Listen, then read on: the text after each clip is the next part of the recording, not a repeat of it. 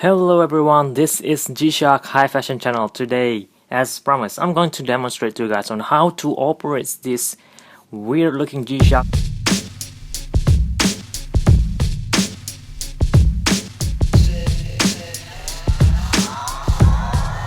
This guy operates on Casio 3402 module.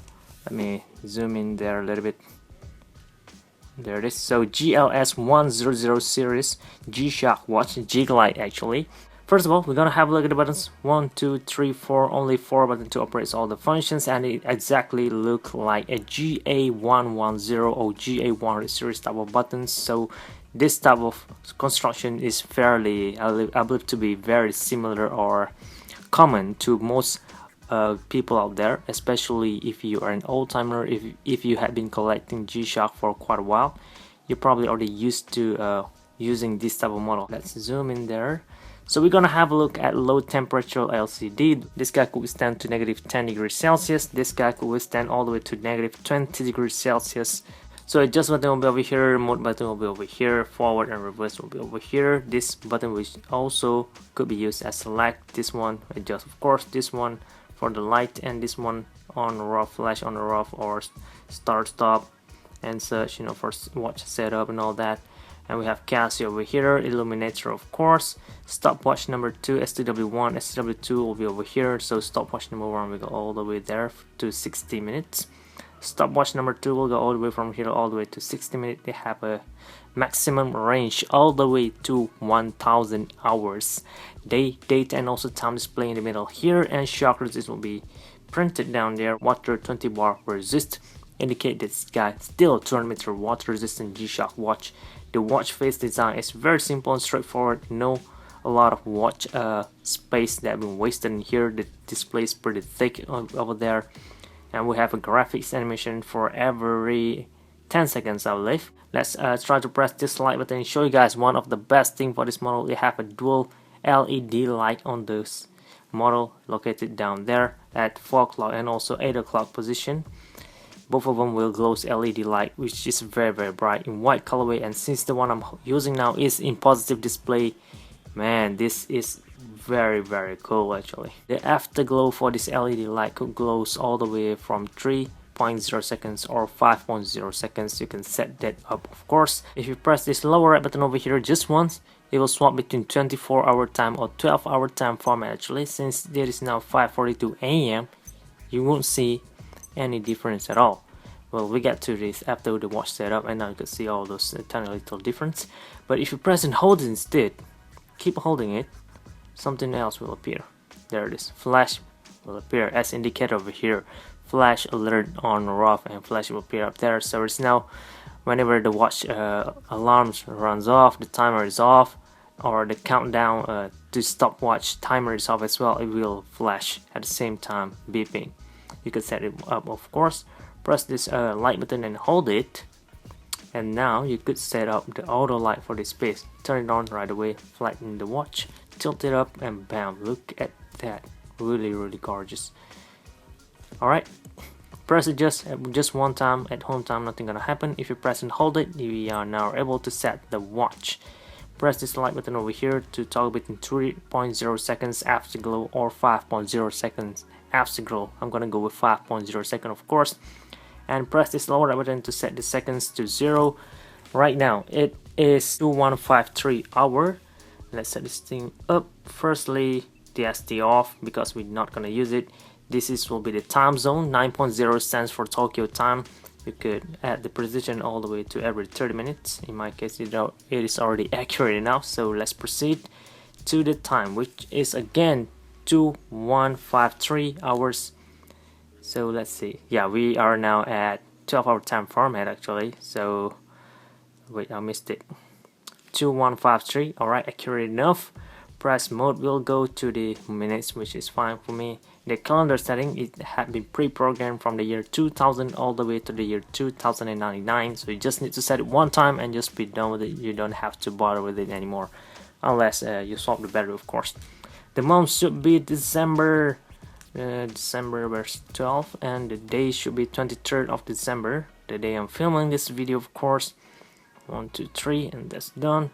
And now we're back to this seconds there. It's already stopped blinking again. Press adjust, and now we're done with the watch setup. It is indeed Saturday. Everything is accurate. Now let me demonstrate to you guys again the time format. Press it one. Look at that, 21:54, 9:54, and that's that. Let's leave at 24-hour time format. Now, done everything that you could do with all this button. Let's proceed with the mode button. First mode, we're gonna have a look at a stopwatch number 1. Press just to go with the count in. Start it, of course. You can just see it. Since the flash is on, you're gonna flash at the same time as well, and beep. And there it is. Look at how cool the animations is. And since we are operating stopwatch number 1, it will rise up the bars from there. So 20 minutes over there. Every bar will represent 5 minutes. Yeah, 5, 10, 15, 20, all the way to 60. And this part will go rise as well to 999 hours. Let's move on from stopwatch number 1 and just gonna leave it there. Proceed with stopwatch number 2. At the same time, you could also view the time, of course. Start stopwatch number 2 right away without any count in timer, of course. Stop, reset, start again. You could split time or split off, split time again. Second place, finish. There it is. And stop and reset it back to 0. Let me try. Stop and reset it back to 0. Since we are already leaving this stopwatch number 1 running, you cannot set any count in, that 5 seconds count in here at all. But it's fine. Let's proceed with the countdown timer for this very model. Press adjust to, of course, set this thing up first. It have a range all the way to 24-hour countdown timer, 23:59 minutes that is. Let's proceed with only a minute and set up this progressive or auto repeat countdown timer, just one time timer only. So that's what the arrow means. This will be the progress beeper. When you turn this thing on, it's gonna beep or alert you every minute for the last 5 minutes. If you set your countdown timer to the last to 10 minutes or 5 minutes, it will alert you every minute. When you reach the last 30 seconds, it will beep again, and when you reach the last 10 seconds, it will beep as well. So let's leave it on for this video's demonstration. Press adjust, finish with this alarm setup. Let's start right away, and I'm gonna place the watch for you guys to have a look at. Of course, it will beep at the 30-second mark and the last 10 seconds. At the same time, we'll flash that light as well, since we leave that flash alert on.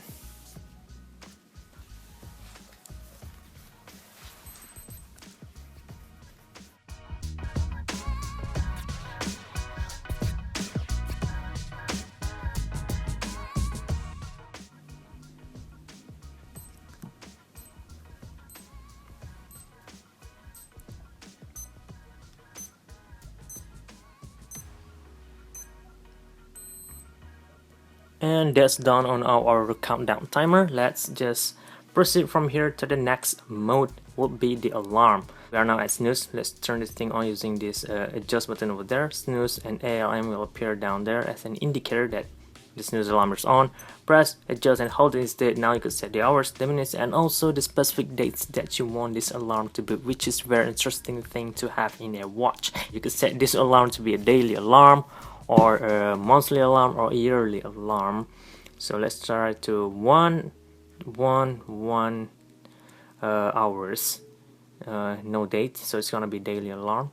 Done with this snooze alarm, press forward to go to the first alarm. We have second, the third, we're gonna have the fourth, and sneak signal. Let's turn signal on as well. There it is. Let's proceed from the alarm, go to the next one, which is the world time function. So we're gonna have a look at 29 time zone, 48 cities, New York, CCS, and all those basic things that you are gonna see in most G-Shock that have world time functions in them. Of course, you could set a DST to the specific time if you want to do so. I'm gonna erase it back. This world time mode in here will be linked to the time zone that you set up at home time just now, at timekeeping mode that is. So if you miss adjust that part, this part will be inaccurate as well. So make sure that are accurate as well. Make sure to set the date, the time as accurate as possible, so that the date display and also the time display here will be accurate as well. And this part is pretty much basic actually. You can see all this right now. Let me just scroll through all the things that you have in here, all the city codes, of course. NYC. Now we're back to Rio de Janeiro. Press mode, we will go back to home time. Right, press adjust mode and forward to go to the touchscreen on this very model. So let's see what did we miss. So I'll cover all this graphics up here. I will cover all the things that you have over here: flash, LT for the auto light, DST, all the time, PM or AM, snooze, alarm signal, and mute. Yeah, we haven't covered mute. Of course, you could set or mute the watch if you don't want it to beep.